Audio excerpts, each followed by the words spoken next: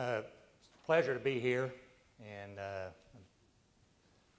thank you for having me. I'd like to share with you a little bit about the coal industry and talk to you about the export opportunities. One thing that you may not know because of what you probably read more about with the war on coal here in the United States, what we see internationally is coal over the last 5 years has been the fastest growing fuel in the world. And it is expected to be the fastest growing fuel till 2035. Coal is largely, the growth of coal internationally is largely driven by Asia. If you look at China, they consume about 50% of the world's coal consumption, right at 3.8 billion tons in 2012. They're expected to increase that by about 1 billion tons. If you look at between China and India, they've announced plans to continue to grow. If you look back the last 10 years, they've been growing at a 6.5% compounded annual growth rate. Over the next 10 years, they're planning to grow at about 5.6%. It is expected in the world we're going to see 1.3 billion tons of new demand over the next 4 years. 85% of that's going to come in China and India. Now that's driven by their state-owned policies, and obviously it's largely going to be impacted by the economy. And right now the economy you hear is slowing. China just announced for the second quarter a growth rate of 7.5% for their GDP, which is considered to be slowing in our world. I don't understand that since I don't think we're even growing at all, even though some people consider us growing at a 2.5% rate based on electricity usage in the United States. 4 out of the last 5 years, we've seen negative numbers. I've been around this business since the 70s, and I've only seen 2 years prior to Obama's administration where we had negative growth year over year in electricity generation. When you think of electricity generation, it largely tracks pretty much one-to-one with GDP growth. So the growth that you see internationally is driven largely by China and India, but you also see Europe now is competing or it's growing more in coal. Largely that's driven by natural gas prices. In the United States, we've had the benefit of shale fracking that you've probably heard of in natural gas. It's taken natural gas prices from $8 to $9 down to $2 per million BTU, or equivalent to an MCF. In Europe, they're paying about $8 for their gas, and in Asia, they're paying about $15. In Asia, it's tied directly to the price of oil, and in Europe, it's directionally tied to the price of oil. In Great Britain this past year, we're seeing coal regain the largest market share against natural gas for the first time since 1996. As a result of their growth, combined with a few other countries, in particular Germany and Europe, where the impact of the tsunami and the earthquake in Japan, they've started to pull back their nuclear units, as well as in Japan, pulling back their nuclear units as a result of the tsunami and the earthquake. So we're seeing growth in coal demand. In Europe, we're seeing a significant growth in coal demand in India, in Asia, South Korea, and Japan. And the combination of that is an excitement in the coal industry around the world for the ability to provide coal into that growth market. If you look at the United States, we produce right at 1 billion tons across the entire country. Kentucky in 2011 produced 109 million tons, or roughly 10% of that total. As we look to 2012, well, first off, let's talk about exports. Exports in 2011 was 109 million tons, I believe it was. And that's the highest level of exports out of the United States since 1991. 2012, if you look forward, coal production in the United States is going to be right at 1 billion tons. Kentucky's going to go from 109 to probably 100 million. If you annualize the first half of the year, it's 103. I think it's going to be closer to 100 million. 58 million of that will be Eastern Kentucky. The balance of that will be in Western Kentucky. Internationally, we're seeing growth from the 109 million, or 107, I think it is, up to about 124 million internationally going in the international market from the United States. We look at the growth in the world and what market share we think we can capture from that. Today, if you look at the export capacity in the United States, there's about 150 million tons of terminaling capacity that we could max out if we wanted to ship through all terminals and use 100% capacity. We would be at about 150 million tons. As I mentioned, we're right now about 124 for 2012. There are currently several port expansion projects on the drawing board to invest about $500 million and increase that capacity to about 250 million tons. So there are people out there making investments today that believe the United States has the potential to grow from 125 to somewhere in the 200 to 250 range. Personally, our company looks at that and thinks we're probably, and this is over the next 4 years, we think the United States will grow its exports around 30 million tons, possibly as high as 50. It's largely going to be dependent upon the world economy as to what happens in Europe, in the Eurozone, and what happens in China with their new leadership, which will occur at the end of this year, as well as India has change in leadership, as well as the United States has hopefully, there may be a change in leadership, I don't know. But that has a tendency to obviously affect what the demand would be. What's that impact to Kentucky? Kentucky, I don't know precisely the number, but if you look at the export percentage, currently we're right at 11 or 12% of the United States production is going to the export market in total. My guess in Kentucky, we're probably 6 or 7% of our total production. As you look at where that coal would go from Eastern Kentucky, you've got some metallurgical coal and what we call as a PCI coal, which is very low sulfur, high BTUs, got some metallurgical qualities that goes into the steelmaking industries around the world. If you look at that 125 million tons of export tons out of the United States, about 75 million of that is metallurgical coal. So what we send out of Eastern Kentucky primarily is driven to the steel making industries around the world. And my guess is we've got about 4 to 5 million tons right now going out of the state of Kentucky. And I think we have the potential to pick up probably 50% more, maybe 6 or 7 in the next 3 to 4 years out of East Kentucky. In West Kentucky, we have a higher BTU, high sulfur coal relative to the states of Indiana and states of Illinois. On the other hand, Illinois has got longwall operations and therefore it's very low cost. So most of the growth in the export market in Illinois Basin is more likely to come from Illinois. It's possible some could come from West Kentucky. We're shipping some today, and there is demand for 1 million to 3 million tons out of West Kentucky.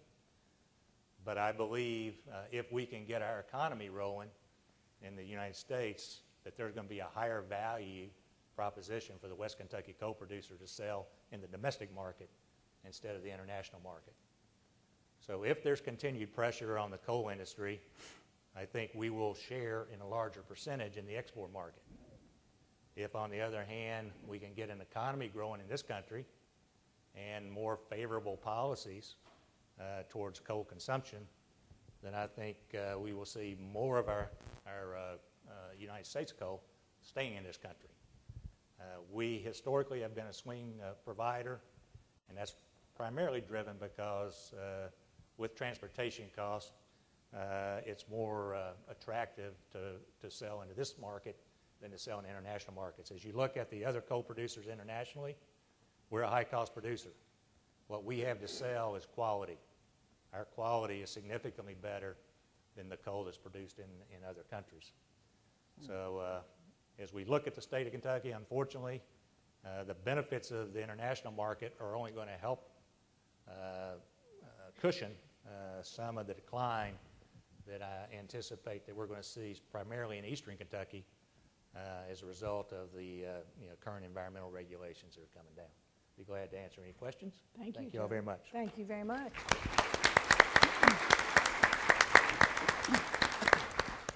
I don't need to tell anybody in this room how important these three industries are to Kentucky, how they affect us, good, bad, or indifferent, how important they are for the future as we think, and they've each done a tremendous job. We appreciate the presentation that you all have made, and I think we've all learned something. Are there any questions? Good. I'm Ted Custer from Paris, Bourbon County. We don't have any whiskey in Bourbon County now. But I like what you gentlemen have said. You've been very positive about three things that are dear to me from our state. Bourbon, I like it, I drink it. Had this distillery on my farm a long time ago. Horses, I raised them, and I sold a small operation that I had. Last year, horses went to Turkey, one went to Korea, and one went to Puerto Rico. Now, that's because I'm selling on the lower end. The good ones stay here in the United States. But Cole, I have Casey Clay as a neighbor, and he uses all of the above. Raises good horses, raises good calves, well, I guess he mines good coal, and he raises good coal, and likes your bourbon. But what I want to know from you three gentlemen, what we in small communities can do to keep this enthusiasm that you all have presented on all these wonderful products that Kentucky has, that we can get the rest of the world, the United States, would say, we're somebody, not nobody here in the state of Kentucky. This is something we should be proud of. And no one else has heard this until we have heard it from you all today. Thank you. Okay. Joe? I think speaking to what you can do, one, I want to thank you for what you have done. I know that the Chamber of Commerce has been very supportive of coal in the state of Kentucky and continues to understand and appreciate the value of what we do. And I want to express my appreciation to each of you because being an owner or being a leader or being an entrepreneur and the jobs that are created, you do make a difference. And unfortunately right now we've got a leadership that doesn't appreciate what private industry does and what the private sector does, and it's a challenge. We just have to be pragmatic in our approach and think about, in our business, low-cost energy has been the backbone of what's made this country great. It really has. And we've had a policy that's been espoused with the current administration wanting to advocate a high-energy policy as being what will give us some hope and change. And that is not why we see coal growing to the percentage it is around the world, because political leaders in other parts of the world are looking at adopting what made America great and producing, looking for the lowest cost fuel to lift their people from poverty. And they're doing that. So at the end of the day, the support that you can give to our industry is understanding the issues and expressing your desire to have a low-cost energy policy for the United States of America. Thank you. Anybody else want to comment on that? Well, the only thing I would say is our elected officials, out of necessity possibly, tend to look at the world in very short-term bites. in our case, really nobody needs to do anything other than align our state policies with what could be an inevitable monopoly in a big, highly profitable industry. And it's just one or two tweaks that have to be done. I have no idea how, but it's all good for a change. Remember, first 200 years weren't so good. Nick? I'm not sure how to make this point that I want to, but I think you raise a very good point. And the more you travel, I've been very fortunate. I've been able to go all over the world. And the more you travel, there are places that most of the places you go to, most of the leaders you meet, most of the other countries have a higher opinion of Kentucky than Kentucky does, have a higher opinion of Kentuckians than Kentuckians do. Whether it's Bill's product or you heard Joe say that it's because of the quality of the product that you can give them, and I guarantee you the Kentucky Thoroughbred is a brand second to none anywhere in the world. Kentucky Thoroughbred means something special. And I'd like to see some way where we can be more confident of ourselves. I like what Pierce said about imagination. We can be better. Kentuckians are as good as it gets anywhere in the world, and we can do more to help ourselves. And the only thing I'd say about our government, that they've been made, I'd like to see our government be as good as our people, because I think our people are great. Thanks, Nick. Okay, we have another question. My name is Dina Robertson, and I actually live in Eastern Kentucky. My husband's a coal miner. My daddy was a coal miner. But what are the plans to, I don't know, revive what's been lost already? Are there any plans to export coal to, you mentioned India and China? What's being done, I guess, behind the scenes that all the laid-off miners may not know about? I think that you can take specific companies, but you've got Arch Coal as an example. They're setting up an office in London, and they are very active in trying to export coal. They just announced layoffs in Eastern Kentucky. So they're very active to build relationships in Europe as well as India to try to export coal. We're the largest producer in the state of Kentucky. We probably produce 25% of the coal. Our focus has been more domestic. We today ship 3.5%, but I would suggest to you that within 5 years or 6 years, we'll be about 10% of our production. So I think all coal producers are very focused on the international market because they're concerned of not knowing where the domestic market is going to be. So there is very active involvement in our industry to try to open those doors and open those markets. I think the key will be transportation. I think the railroads hold a key part of that because even as we've grown, they charge a higher rate for export than they do domestic production. So I think there is an opportunity, if they wanted to be more aggressive, that we could in fact grow that tonnage. And that's being discussed as well. So there is focus, there is desire to grow our markets and see if we can't get our fair share of the 1.3 billion tons of market that's going to be open over the next 6 years. Okay. Thank you, Joe. Yep. Another question. Yeah, a quick question, Governor. All three of these industries obviously are things that I think the vast majority of us as Kentuckians are very proud of. What do we do with our detractors? Because when I look at the three industries, obviously we have our critics. I think some of them are eloquent and informed and some of them are not. Do we engage them? Do we argue with them? Do we ignore them? What do you suggest? Okay, Bill. Ignore and move on. Okay.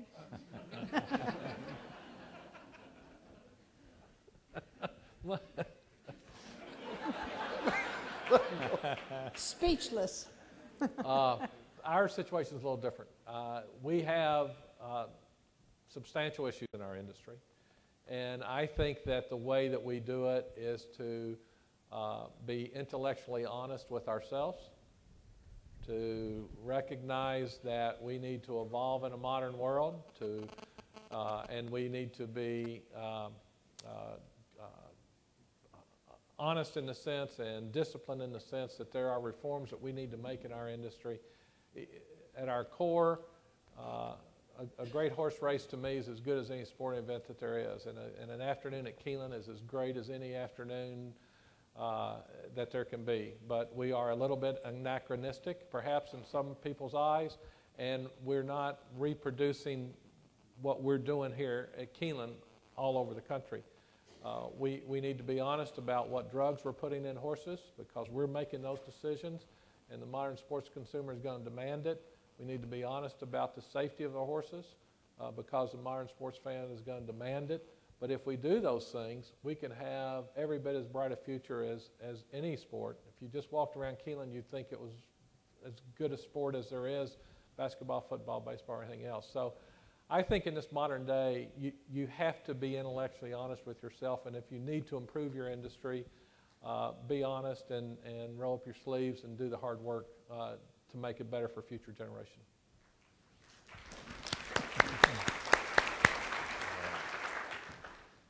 I agree with both these guys.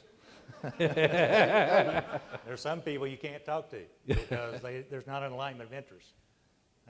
So I agree that sometimes you're wasting your time because there's different people. People have a different agenda. If there are folks that have the same agenda, that they want to create jobs in the state of Kentucky, they want low-cost energy, they just want it to be done right, then I'm more than happy to sit down and talk to them, and I think anybody in the coal business is happy to sit down with them. But I think our problem is we've got the Sierra Club and certain activists that have an agenda to just eliminate coal mining, as opposed to trying to understand that they have certain objectives that are environmental in nature, that if we reach those objectives, that they would be satisfied. Some people, good enough never is. You just can't get there. And you've got, for the international market as an example, and this is one of the biggest issues with climate change, where you see how much coal is being consumed in the world. One of the hurdles is we've got the Sierra Club trying to block all these port expansions so that none of our product can go outside this country. So they're trying to restrict our ability to compete in a global economy. I don't know that 30 million tons in a 4 billion ton consumer in China is going to matter.